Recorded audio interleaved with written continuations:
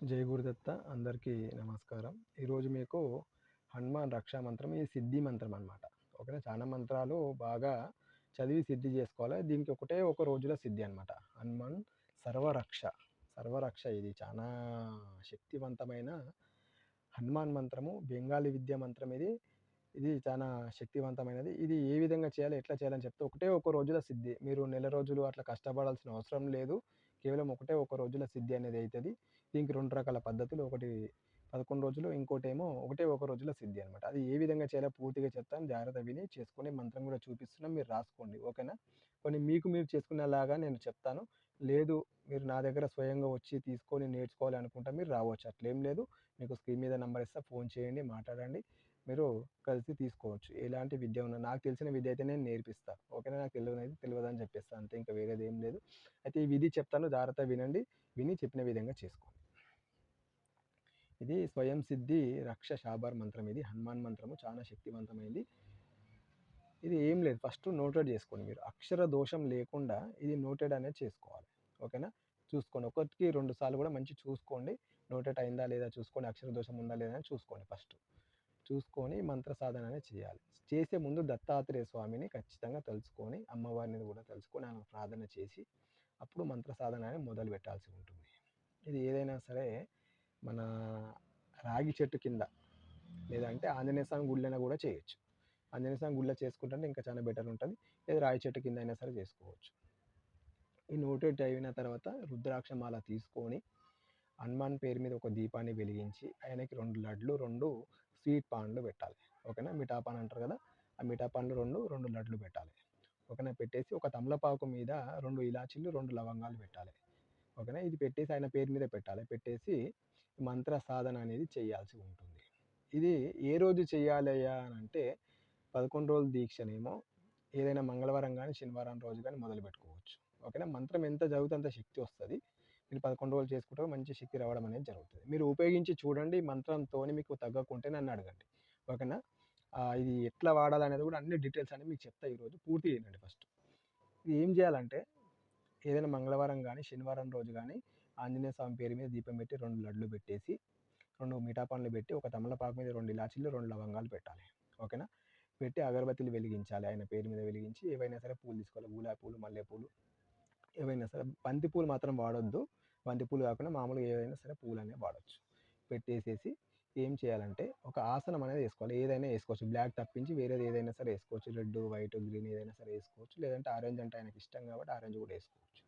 వేసుకొని రుద్రాక్ష మాల అనేది తీసుకోవాలి. రుద్రాక్ష మాల తీసుకొని మంత్రాన్ని జపం అనేది చేయాలి. ఒక మాల చేస్తే సరిపోతుంది. ఓకేనా. ఒకటే ఒక మాల. ఇది కంటిన్యూ 11 రోజులు చేయాలి. రోజు స్వీట్ పెట్టాలి, దీపం వెలిగించాలి, చేయాలి. ఆంజనేయ స్వామి గుడిలో కానీ చేయొచ్చు, లేదు సపరేట్ రూమ్ ఉంటే సపరేట్ రూమ్లో చేసుకోండి. ఓకేనా. లేదు రాయి చెట్టు కింద చేస్తుంటే రాయి చెట్టు కింద కూడా చేసుకోవచ్చు. లేదు ఇంట్లో అయినా సరే మీ ఇష్టదైవం కూడా మీ పూజా మందిరం ఉంటుంది, అక్కడైనా సరే చేసుకోవచ్చు. దీనికి ఏం ప్రాబ్లం ఉండదు. కాకపోతే ఇంట్లో మంచిగా నీట్గా ఉందా లేదా అనేది చూసుకోండి. అంటే లేడీస్ అట్లా డేట్ అయినప్పుడు కాకుండా మంచిగా ఉండే టైంలలో చూసి ఇది చేసుకోండి అనమాట. ఓకేనా. ఇది ఒక రకమైన పద్ధతి. ఓకేనా. ఇంకో రకమైన పద్ధతి చెప్తా వినండి. ఏదైనా సరే గ్రహణ టైం వస్తుంది, గ్రహణ టైం వచ్చినప్పుడు సేమ్ ప్రాసెస్. దీపం వెలిగించాలి, లడ్లు పెట్టాలి. ఓకేనా. మీఠా పాన్ పెట్టాలి, ఇలాచి లవంగాలు పెట్టాలి. పెట్టేసి ఈ మంత్రాన్ని రుద్రాక్ష మాలతోని గ్రహణం పట్టి నుంచి వదిలేదాకా మంత్రాన్ని జపం చేయాల్సి ఉంటుంది. ఓకేనా. ఇది చేసినట్లయితే సిద్ధి అవుతుంది. ఒకటే మాల చేసిన సిద్ధి అవుతుంది, సిద్ధి కాదని కాదు. కాకపోతే శక్తి తక్కువ ఉంటుంది. ఓకేనా. శక్తి తక్కువ ఉంటుంది. అదే మొత్తం అయిపోయేదాకా మీరు చేస్తే మీకు రక్షణ శక్తి అనేది బాగా ఎక్కువగా వస్తుంది. ఆ పవరు చాలా అంటే చాలా వస్తుంది. మీకు తెలుస్తుంది, వైబ్రేషన్ కూడా తెలియడం అనేది జరుగుతుంది అనమాట. అంత పవర్ఫుల్గా ఇది పనిచేస్తుంది.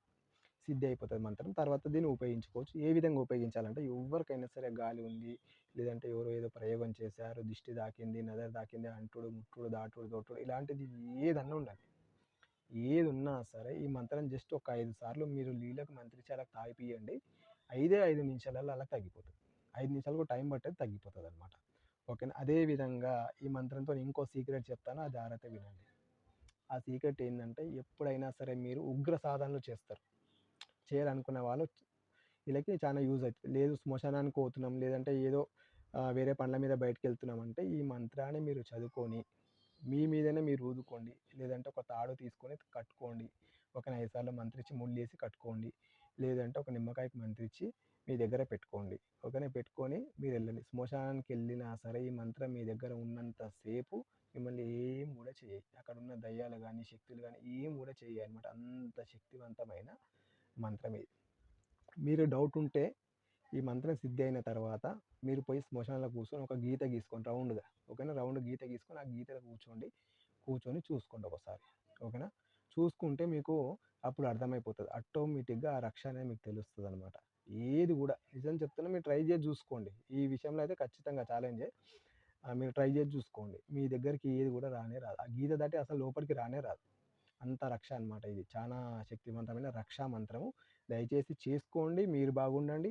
10 మందిని గూడా మంచిగా ఉపయోగించండి. ఓకేనా? ఆళ్ళని గూడా బాగు చేయండి. ఈ వీడియో మీకు నచ్చినట్లయితే లైక్ చేయండి, షేర్ చేయండి, సబ్స్క్రైబ్ చేసుకొని బెల్ ఐకాన్‌ని టచ్ చేయండి. ఏ ప్రాబ్లమ్ ఉన్నా సరే స్క్రీన్ మీద కనిపించే నంబర్‌కి నాకు ఫోన్ చేయండి. ఓకేనా? జై గురుదత్త.